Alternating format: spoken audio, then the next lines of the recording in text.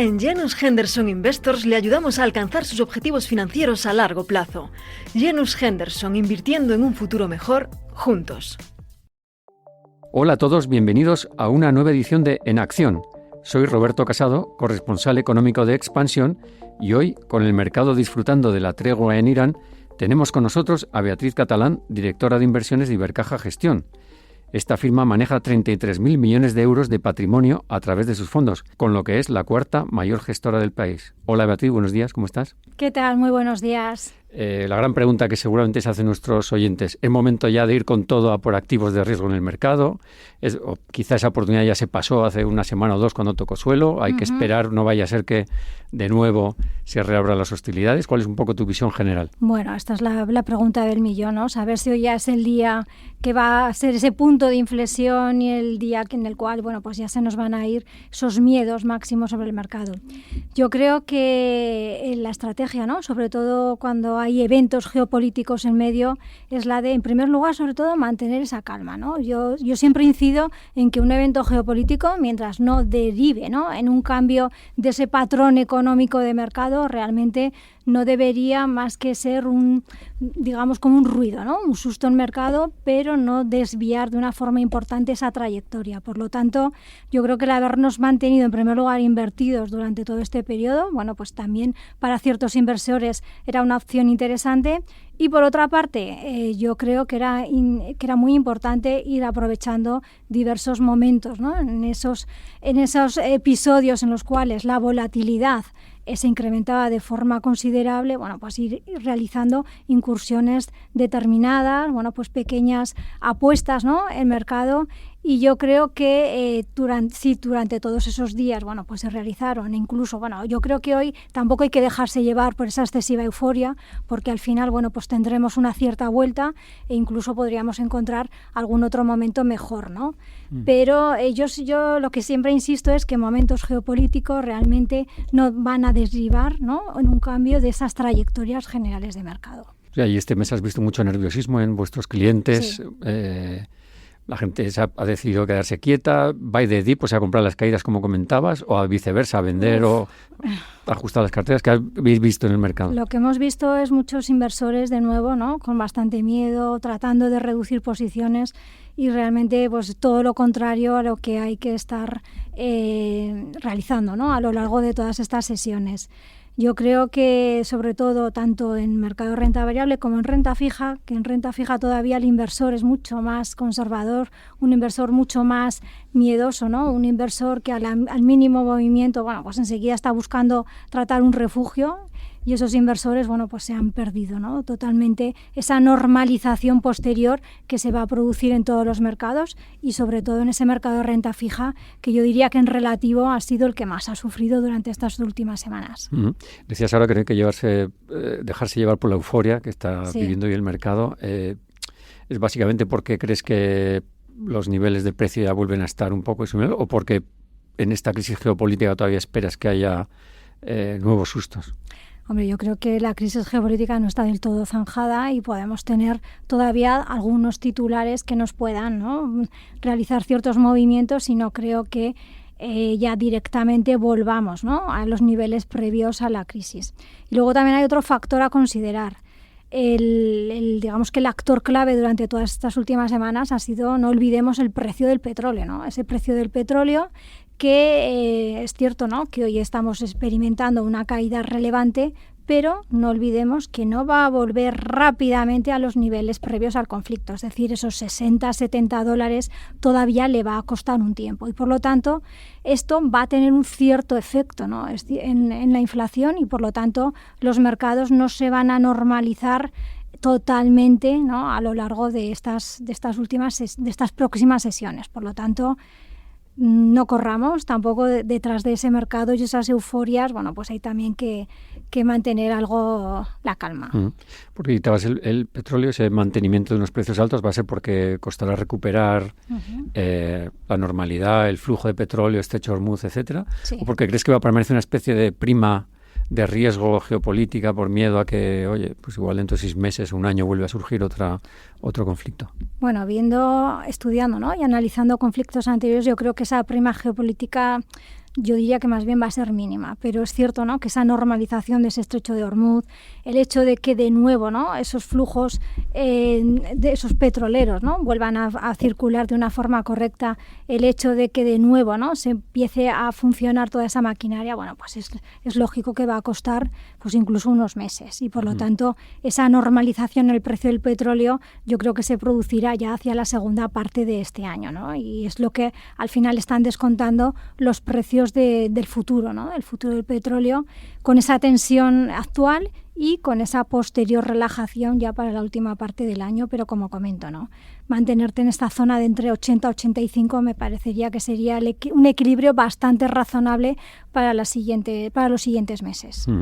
Y justo antes hablabas del inversor un poco cauteloso, español, que está mucho en renta fija y que ve como en este tipo de crisis donde sube el petróleo, sube la inflación, los tipos, las expectativas de tipo suben, caen tanto renta fija como bolsa. Entonces ahí, ¿cómo se puede ajustar una cartera para tener cierto refugio o cobertura ante estas circunstancias? Pues la verdad es que en este episodio ha habido pocos activos que han actuado como refugio. Incluso pues hemos visto como metales preciosos tampoco, ¿no? El oro, que venía experimentando ese rally tan importante, ¿no?, a lo largo del pasado año, hemos visto que a lo largo de este mes no. ¿Qué es lo que sí que ha actuado como cierto refugio? Y quizá también un poquito con la pregunta que antes estabas comentando, ¿no? Commodities en general, y en este caso commodities relacionadas con petróleo, y mantener una cartera algo más diversificada en este tipo de activos. Bueno, pues a lo largo de este mes el hecho de mantener, ¿no?, ese tipo de activos sí que nos ha ejercido una cierta protección. ¿Y es fácil para un inversor sencillo tener exposición a commodities, o quizá lo más fácil es comprar acciones de empresas petroleras, por ejemplo? ¿O es fácil en el mercado también ganar exposición a derivados del petróleo, etcétera? Sí, se podría experimentar, ¿no?, esa protección vía, o bien, como comentas, directamente a acciones de ese sector, que yo en este momento sí que no la recomendaría, o bien exposición directa, bueno, pues a través de existen fondos ETFs directamente que nosotros, bueno, pues podemos invertir en esos precios, ¿no?, en el propio barril de petróleo, en gas, etcétera, etcétera, y por lo tanto para cualquier tipo de inversor resulta una opción que puede ser óptima, ¿no? No como una opción a mantener un gran capital, pero sí que una pequeñita parte, ¿no?, en alas a buscar esa diversificación. Yo creo que la palabra de este año era la de diversificar esas carteras, y yo creo que en este episodio, bueno, pues ha sido un papel relevante, ¿no? Hablabas del sector petrolero, supongo que no lo recomiendas porque ya están valoraciones altas. Sí. ¿Hay otros sectores que veas que hay una oportunidad dentro de este momento de medio salida de la crisis geopolítica, o cuáles sectores te gustan, especialmente aquí en España? Sí, bueno, pues especialmente yo creo que los bancos, ¿no? Los bancos que a lo largo de esta primera parte de año, bueno, pues se habían quedado bastante rezagados. Yo creo que vuelven a ser una oportunidad. Es cierto que no espero el rally, ¿no?, que vivimos durante el año 2025, pero yo creo que de nuevo vuelven a tener soporte, ¿no?, ese soporte de valoración, por supuesto. Sus ratios de solvencia siguen siendo pues sobresalientes, y por otra parte también, bueno, pues esa cierta subida de las curvas al fin y al cabo también les va a seguir dando algo de soporte en un entorno macro que tampoco pienso, sobre todo aquí en España, que se haya visto deteriorado, ¿no?, como consecuencia de este conflicto. Por lo tanto, yo creo que ese sector financiero pudiera otra vez experimentar una subida, ¿no?, una subida generalizada. También hay otros sectores, ¿no?, pues un sector industrial, por ejemplo, que también ha sido bastante penalizado a lo largo de este último mes, sectores de ese perfil cíclico, sectores de materiales, de recursos básicos. Yo creo que de nuevo estos sectores, bueno, pues pueden otra vez coger algo más de tracción. Y en general, si tira la banca, significa que el IBEX debería irle bien, ¿no?, porque sí, tiene mucho peso. No sé si ahí veis el IBEX, bueno, llegó a 18.500, me parece, en algún momento. Ahora, tras la crisis, ha corregido bastante. ¿Crees que puede volver a recuperar esos niveles? Bueno, yo creo que para el año puede recuperar, bueno, pues esperamos revalorizaciones, pues 10-15%. Yo creo que esas revalorizaciones todavía las sigo viendo, ¿no? Yo creo que al final es cierto, ¿no?, que es muy dependiente del sector financiero, pero conseguir esa revalorización yo creo que sí que lo vemos todavía, lo vemos factible. Sí, y renta fija que la fuente sigue lanzándose por letras, bonos del Tesoro, no sé si hubiese oportunidades ahí o más bien en bonos corporativos de empresas. Sí, en renta fija yo en este momento lo veo pues una oportunidad maravillosa. ¿Por qué? Bueno, pues porque en primer lugar hemos experimentado, ¿no?, un repunte importante de las curvas, en primer lugar soberanas, y además en todos los tramos, tanto los tramos cortos, medios y largos de las curvas. Sobre todo, ¿por qué? Pues por esa prima de inflación, ¿no?, que hemos tenido asociada al precio del petróleo, y en consecuencia, bueno, los mercados han empezado a descontar subidas, desde mi punto de vista, excesivas por parte de los bancos centrales y en especial de nuestro Banco Central Europeo.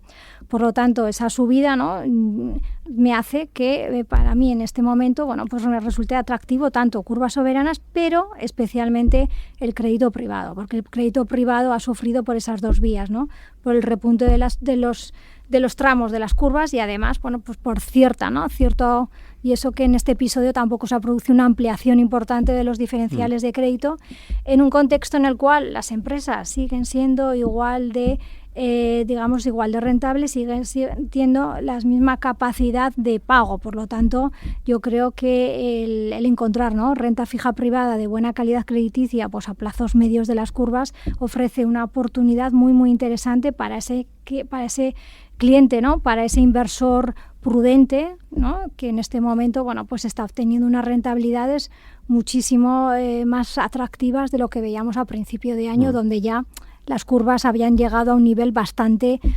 justito. Entonces ahora, para una cartera un poco modelo para el inversor, sí, sería tener renta fija, renta variable y quizá algo de commodities, oro. Oro de nuevo. Yo creo que el oro plata, que a lo largo de este episodio también se han visto bastante penalizados, bueno, pues podemos, ¿no?, de nuevo tener, y bueno, es que deben de formar parte de esa cartera diversificada. Yo creo que la clave, ¿no?, para este año era eso, pero ahora sobre todo, ¿no?, después del nivel que han alcanzado esos tipos de interés, todavía más esas carteras mixtas, ¿no?, tienen, digamos, un encaje mayor en ese tipo de clientes. Porque la cartera típica 60-40, esa cartera ha sufrido, ha sufrido por eso, bastante. Ya está un poco... Ha sufrido bastante y además esa cartera típica 60-40, como comentas, yo creo que debe complementarse, ¿no? Debe complementarse con esa parte, ¿no?, de opcionalidad, teniendo, bueno, pues esa exposición a commodities que también nos protege en episodios, y ahora acabamos de vivir uno, ¿no?, este episodio geopolítico que además nos tenemos que acostumbrar, ¿no?, a que cada vez pueden ser más repetidos a lo largo del tiempo y por lo tanto tener también las carteras algo más preparadas. El mercado suele fijarse siempre como en un gran riesgo. Evidentemente ahora es el tema geopolítico de Irán, pero ha quedado ahí un poco aparcado todo el tema de la inteligencia artificial, qué va a pasar con las tecnológicas, si están muy valoradas, si hay una burbuja, y esa corrección que en caso de producirse seguramente tendría un impacto no solo en Estados Unidos, donde están las grandes, sino en todo el mundo. ¿Eso ve riesgo ahí para...? Eso ahora parece que se ha quedado oculto, ¿no?, a lo largo de este mes, pero yo creo que va a volver. Va a volver de nuevo, va a volver otra vez ese miedo, ¿no?, a que esta inteligencia artificial, sobre qué sectores, hay sectores, ¿no?, que, bueno, pues nos va a aportar muy positivamente, pero es cierto que hay ciertos nichos de mercado, pues como lo que nos ha pasado con el software, ¿no? Al final, las empresas de consultoría, al final parece que todas vayan a desaparecer. Yo creo que aquí lo que era clave era tratar de buscar aquellos perdedores y ganadores dentro de esta temática, ¿no? Y esos perdedores, es cierto que yo creo que va a haber compañías pues que su negocio, ¿no?, se va a ver abocado, ¿no?, a desaparecer. La inteligencia artificial las va a expulsar y por lo tanto aquí esa búsqueda, ¿no?, de ese stock picking en este tipo de compañías va de nuevo a ser relevante a la hora de definir estas carteras. Y ahí tenéis ya definidos un poco los sectores o segmentos que pueden salir mejor parados de esto. Los mejores parados van a seguir siendo los semiconductores, toda la industria en general. Es cierto que ciertas empresas de hardware y sobre todo, bueno, yo creo que sobre todo la tecnología de países, bueno, pues tecnología de países pues más emergentes, vamos a llamarlo así, China, Taiwán, etcétera, bueno, pues va a salir también triunfando frente a pues ciertas compañías más de un corte, vamos a decirlo, más tradicional o más clásico. Y en esa cartera que hay que diversificar, ¿conviene un inversor español o es bueno tener también bolsa en Estados Unidos, incluso en otras regiones, asumir cierto riesgo divisa o ¿Crees que es mejor tener todo aquí en...? No, hay que tenerlo. La palabra diversificación al final abraza, ¿no? Abraza tanto a todo tipo de activos, abraza a todo tipo de geografías y yo creo que al final las carteras tienen que ser globales, ¿no? Y tú tienes que ir buscando las compañías que sean líderes en cada uno independientemente de donde estén, ¿no? Y por lo tanto, en esa búsqueda global yo creo que pues tecnología hay que tener en las carteras. ¿Y dónde hay que ir a buscarla? Pues por supuesto hay que ir a buscarla a Estados Unidos, pero no olvidemos, ¿no? Todas esas empresas más emergentes de esas zonas, ¿no? Que estaba comentando, China, Taiwán, etcétera, pues todas esas compañías al final van a ser las que brillen, ¿no? A la hora de ver esa temática. Antes te nombraba bancos españoles, sí, pero es que me siguen gustando mucho también la banca americana. La banca americana va a seguir capitalizando esas ganancias, por lo tanto hay que ir buscando esas compañías en diversas zonas. Me preguntabas de la divisa, ¿no? La divisa, especialmente el dólar, que el año pasado nos hizo sufrir muchísimo en las carteras globales, con esa depreciación relevante. Yo creo que a lo largo de este año el dólar, ¿no? Ha cogido, yo ya preveía, ¿no? Un poco ese rango 1.15-1.20, que es donde estaba intentando traccionar. Es cierto que intentó romper el 1.15, pues como un poco también efecto refugio, ¿no? Este efecto geopolítico, pero yo creo que de nuevo, ¿no? Va a volver a esta zona donde por fundamentales y pues me sale, ¿no? Nos sale como niveles objetivos estar ahí, en esa zona 1.15, 1.20, y en 1.20 o 21 ahí sí que descubriríamos totalmente pues las carteras. Por lo tanto, yo creo que en general el dólar no nos va a hacer tanto daño en una cartera global como nos hizo el año 2025. Piensa que porque el dólar se ha apreciado un poco con el tema de la guerra, al final tiene menos impacto por la subida de la energía. ¿No crees que eso se va a revertir totalmente? Entonces iría ahí a ese 1.20. Puede volver si al final este conflicto, ¿no? Ojalá el conflicto se solucione, lleguemos a una paz duradera, ¿no? Entonces sí que es cierto que el dólar en este momento tendría más presión para dirigirse a la zona de 1.20. Entonces yo creo que de cara a lo que queda de año, mantener la prudencia, pero de estar invertido y tomar ciertos riesgos si llega alguna otra pequeña corrección, ¿no? Sería un poco... Efectivamente. Nosotros este año también estamos siendo bastante activos en el mercado de derivados. ¿Por qué? Mercado de derivados, porque nos está permitiendo entrar, ¿no? Fijar determinados niveles de entrada al mercado y además pues aprovechando, ¿no? Esa alta volatilidad y por lo tanto pues mediante la venta de diversas opciones, ¿no? Conseguir pues unas primas atractivas, ¿no? Yo creo que eso cada vez más también, ¿no? En esas carteras más profesionalizadas es lo que se está cada vez más instaurando, ¿no? Y el mundo de capital privado, capital riesgo, crédito privado, que ahora también está muy en boga, ¿eso crees que conviene también tomar posiciones, aunque sea menos líquido y...? Hombre, hemos tenido también un episodio, ¿no? A lo largo de estos meses donde, bueno, pues se ha dudado también de vamos a llamarlo, de la fiabilidad o credibilidad de este tipo de activos. Para mí se mantienen intactos, lo que pasa que sí que es cierto, ¿no? Que hay que estudiar muy bien, ¿no? A qué tipo de compañías están dando este tipo de créditos, porque pues un poco como lo que te comentaba antes, ¿no? Compañías, sus créditos dados a ciertas compañías de software que se pone en duda, ¿no? La viabilidad de las mismas es lo que al final ha ocasionado, ¿no? Esa mayor incertidumbre.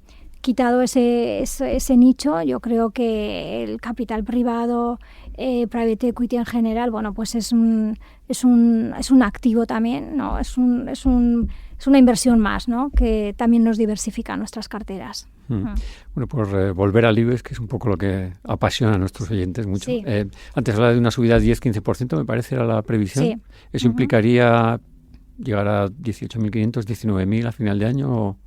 Sí, en torno a esos niveles, si se mantienen, bueno, pues un poco esas previsiones, especialmente, bueno, pues al final son los bancos, ¿no? Los que nos van a dirigir ese comportamiento. Incluso si estos riesgos de inteligencia artificial o geopolíticos vuelven a aparecer, mantienes la apuesta, ¿no? Mantengo la apuesta.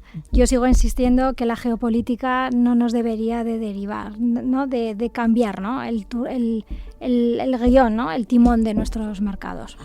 Bueno, pues muchas gracias, Beatriz. Seguiremos atentos a lo que sucede en la guerra de Irán y en otros escenarios, y en la inteligencia artificial, etcétera. Y muchas gracias a toda la audiencia de En Acción, el podcast que dirige Amparo Polo y realiza Tamara Vázquez.